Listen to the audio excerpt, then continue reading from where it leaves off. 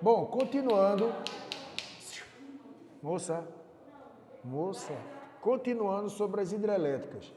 Então, é uma fonte de energia que gera impacto, sim. Qual é o detalhe? É a principal fonte de energia do Brasil. Só que, para você, minha gente, gerar energia, você precisa de água. E o que é que tem ocorrido? Os níveis das barragens das hidrelétricas, elas estão diminuindo. Por que estão diminuindo? Porque não está chovendo como chovia. Mas por que não está chovendo como chovia?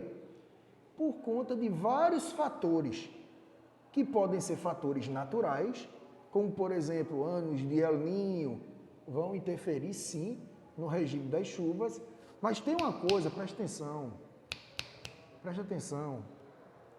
mas tem uma coisa, guarda por favor, e tem uma coisa que vem interferindo muito no Brasil, é o desmatamento. O desmatamento dos biomas brasileiros tem diminuído a umidade e os índices de chuva, o que acaba afetando na quantidade de água das barragens. Aí o que é que acontece? A população aumenta, a necessidade de energia aumenta. Estamos agora chegando no verão, que se consome mais energia. Vai chegar o período de férias escolares, energia. O consumo aumenta, só que a quantidade de água não é a ideal. Então, quando a gente tem aí uma possibilidade de faltar água e de faltar energia, estamos numa situação crítica. Aí a gente chama o quê? Estamos passando pelo estresse hídrico, que é a famosa crise hídrica. Preste atenção nisso, viu? Crise hídrica, estresse hídrico, é você não ter água para poder gerar energia. Então, o que é que o governo tem feito? Campanhas de conscientização para que as pessoas economizem energia, para que as pessoas economizem água. Porque se economizar energia, economizar água, não corre o risco de faltar, de ter um famoso apagão. Então, o governo tem feito esse projeto de conscientização, além de colocar taxas nas contas de energia. Aí nós temos a bandeira verde, a bandeira amarela, a bandeira vermelha, a dupla bandeira vermelha e uma famosa bandeira preta, que é a de escassez hídrica. O que é que significa dizer isso? Eu aumentando a bandeira por quilowatt-hora, eu aumento a conta de energia. Então, se a conta de energia vai ficar mais cara, o que é que as pessoas fazem quando está mais cara? Economiza energia, desliga a lâmpada, o chuveiro não vai ser o elétrico toda vez, o ar-condicionado dá uma programada, e aí você economiza energia, beleza? Economiza energia. E economizando energia, você pode manter aí o sistema seguro até as chuvas voltarem ao normal, que do jeito que vai, a tendência é que não haja um equilíbrio desse jeito, mas a gente vai continuar precisando de água e de energia. Beleza? Então, existe sim uma preocupação do governo de não faltar energia, como já aconteceu no Brasil, um apagão, porque vai gerar uma série de transtornos sociais, econômicos, sem energia. Você falta energia na sua casa.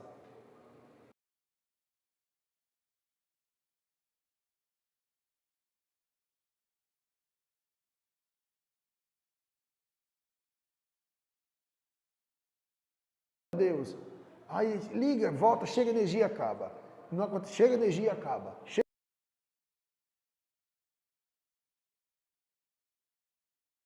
Tem, minha gente, uma série de situações que precisa ser levada em consideração. O recurso é importante, é bom, é considerado limpo, é renovável, beleza, mas a gente precisa do recurso para ter a energia. Então, no Brasil, nós temos, né, vou falar, várias formas de energia, tá certo? E a hidrelétrica é a principal, exatamente pela abundância hidrográfica que o Brasil tem. Ok, lindo, maravilhoso. Lembrando que a hidrelétrica causa impacto na construção e também causa impacto pequeno na transformação de água em energia, emitindo um gásinho metano lá na usina hidrelétrica. O Brasil tem algumas usinas hidrelétricas importantes, todas elas são, mas já caiu no Enem recentemente a de Belo Monte, na região norte do Brasil, que é alvo de muita discussão, e nós temos aqui para nós a hidrelétrica de Paulo Afonso, né? As hidrelétricas do Rio São Francisco, e você tem a hidrelétrica de Itaipu, que é a mais famosa do Brasil, é a hidrelétrica binacional na Bacia do Paraná e que gera energia, por exemplo, para a região sudeste, mais populosa, e também para o Paraguai, já que ela é binacional. Beleza? Então é importante você ter essa conscientização. Aí me perguntaram aqui no chat, presta atenção, e qual seria a melhor? Veja, não existe uma melhor ou uma pior. Se não houver conscientização e um programa energético eficiente, o problema que hoje acontece na hidrelétrica vai acontecer em alguma outra depois. Beleza? Então, assim, a grande solução é você utilizar de forma responsável, consciente, porque senão isso vai gerar um problema para frente. Agora, o Brasil, ele tem uma facilidade. Qual é a facilidade? O Brasil tem muitas fontes de energia, tem muitos recursos energéticos, o que pode nos dar a condição, por exemplo, de usar outras fontes para poder dar um desafogo nas hidrelétricas. Por isso que o governo vem investindo em biomassa, vem investindo em energias alternativas, como solar e eólica. Existe o Programa Nuclear Brasileiro com a ideia de ampliação com Angra 3, que já existe em Angra 1 e Angra 2. Então, são outros recursos que me dão a condição de poder diminuir e desafogar. Tá certo? Certo, Thalisson? Entendeu como é que funciona? Então não adianta trocar A por B, não adianta trocar 6 por meia dúzia. Se eu não tiver uma conscientização aqui, eu vou gerar um problema no outro lá. Tá certo? O fato de ser renovável, de estar assim sempre à disposição, não significa dizer que isso nunca possa acabar. Não é claro que o vento nunca vai acabar, o sol nunca vai acabar. Mas apesar da água, da hidrelétrica nunca acabar, né, porque vem de um rio perene, mas o seu uso irresponsável pode sobrecarregar o sistema, né, para a geração de energia. O fato não é que vai acabar a água zerar, mas para ter energia precisa de um limite de água. Então mesmo não acabando, mas vai gerar um impacto, uma sobrecarga. Então o governo tem investido, né, em outras fontes como eólica, solar, mais gente tem energia solar em casa, isso precisa baratear ainda mais parques eólicos no Brasil afora, mais parques solares para que faça o quê? Utilize energia renovável, energia que tem seus pontos positivos e desafogue um pouquinho as hidrelétricas, né? Aí o que é que a galera faz? Aumenta os impostos em cima das bandeiras para que a gente economize. Então essa crise hídrica, minha gente, é muito importante, porque a gente já estudou sobre a disponibilidade de água no planeta que é pequena. Nós já estudamos sobre águas virtuais, que são as águas que estão nas coisas.